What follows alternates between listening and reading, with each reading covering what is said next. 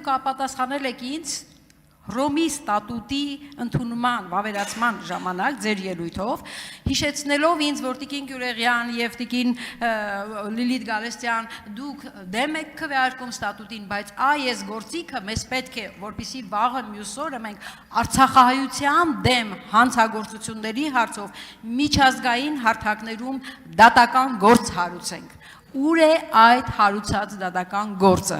Ես խոսում եմ արցախահայության դեմ հանցագործության մասին,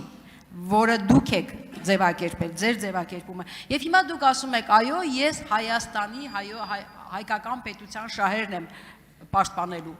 Ես հարցնում եմ, արդյոք Ադրբեջանի իրականացրած գործողությունները այսօր էլ դուք համարում եք Արցախի դեմ հանցագործություն, մարդկության դեմ հանցագործություն, խնդրում եմ, սա ուղիղ պատասխանեք, կապ չունի, դուք հիմա թեկնածու եք, նախկին քպայական եք,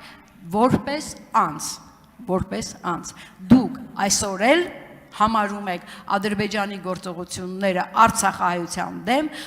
միջազգային հարթակում մարդկության դեմ հանցագործություն։